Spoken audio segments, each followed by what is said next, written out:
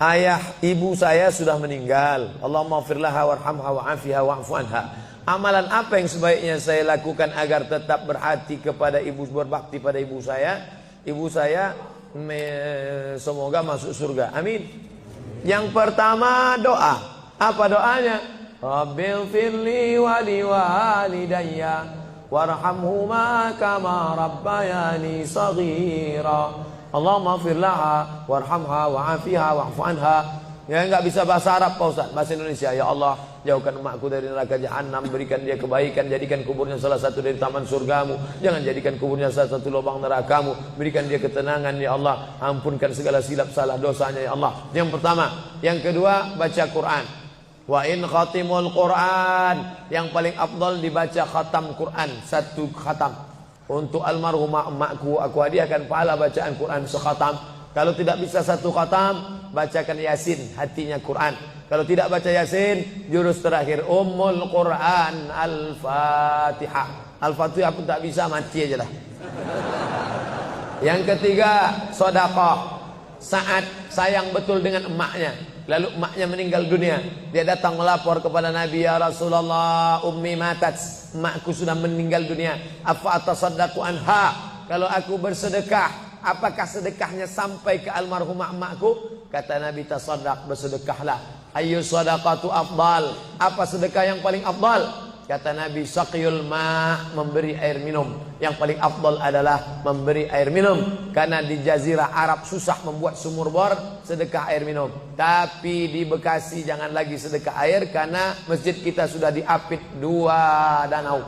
Sampai-sampai nama masjid ini pun Masjid Al-Danau, Al-Qalam. Diapit 2 kolam. Nah, oleh sebab itu jangan lagi sedekah air. Sedekah apa? Sedekah AC, sedekah kipas angin, sedekah mikrofon, sedekah kamera, sedekah CCTV. Maka insya Allah mengalir pada almarhumah. Yang pertama doa, yang kedua baca Quran, yang ketiga sedekah, yang keempat kurban. Nanti mau hari raya kurban, ini 1 kambing untuk almarhumah emakku. Yang kelima haji. Kalau dia dulu belum haji, badal hajikan. Yang keenam puasa. Mana tahu dulu ada puasanya tinggal, kita laksanakan puasa. Man mata, siapa yang mati, wa alaihi siyamun, punya utang puasa, shoma anhu waliyuhu, maka ahli warisnya melaksanakan puasa untuknya.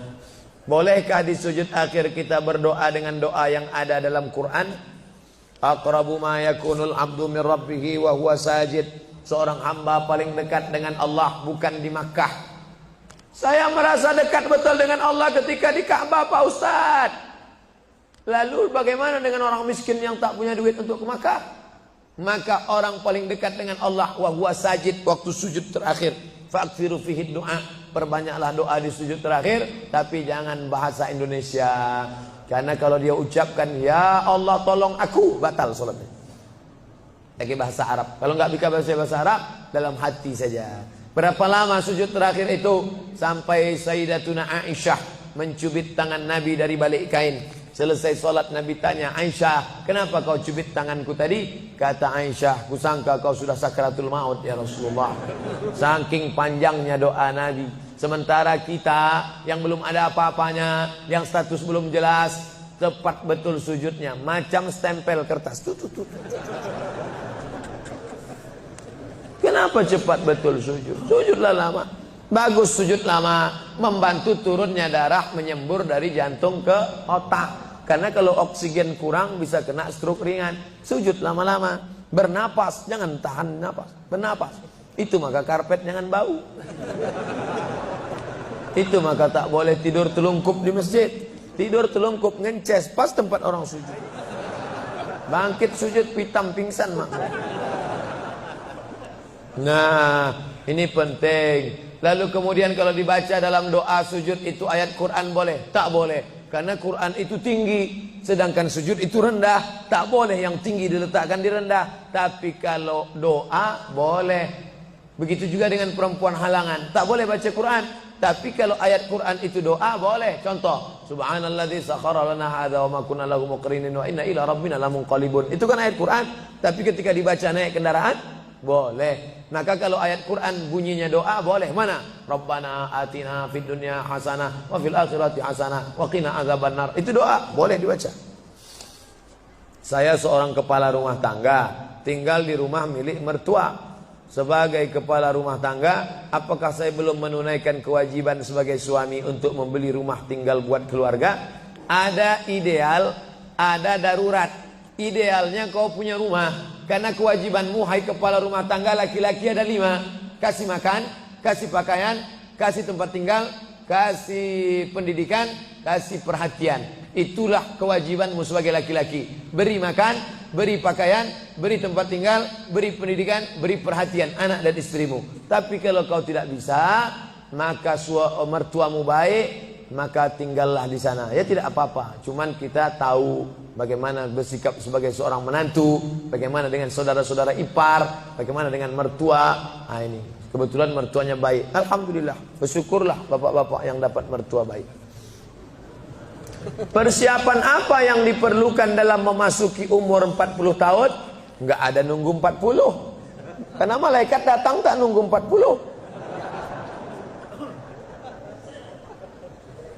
Anak muda hafal 29 juz, tinggal 1 juz lagi. Mandi di sungai, terpeleset batu, mati.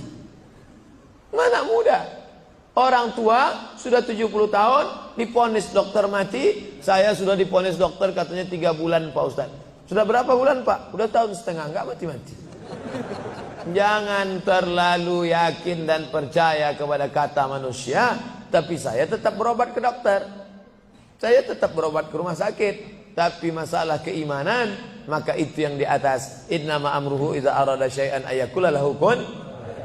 Kalau sudah berumur 40, hati tak juga terbuka, tak juga tobat, tak juga insaf, na'udzubillah, dikhawatirkan tertutup pintu hati. Musibah bukan sakit, musibah bukan miskin, musibah tertutup pintu hati. Khatamallahu ala qulubihim wa ala sam'ihim wa ala absarihim.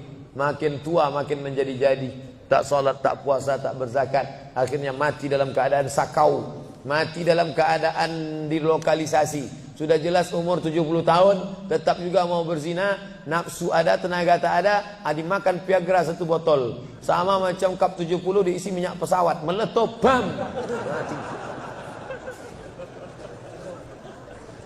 Bagaimana hukumnya kalau sedang sa'i baca Mars, Banser, dan membacakan teks Pancasila yang videonya sekarang sedang viral?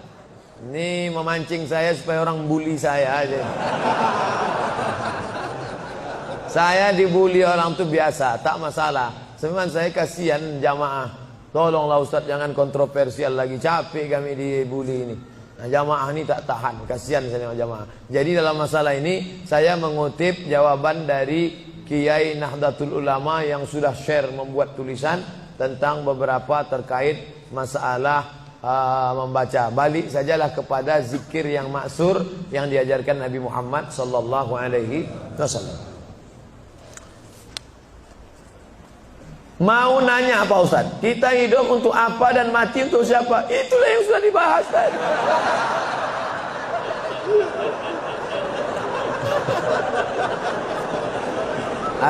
Artinya pertanyaan ini dibuat sebelum pengajian tadi. Kakak boleh suuzon. Kertas terakhir. Ada lagi. Kertas, kenapa Allah membolehkan poligami? Kenapa hikmah? Fankihu ma tabalakum minan nisa. Nikahilah nisa.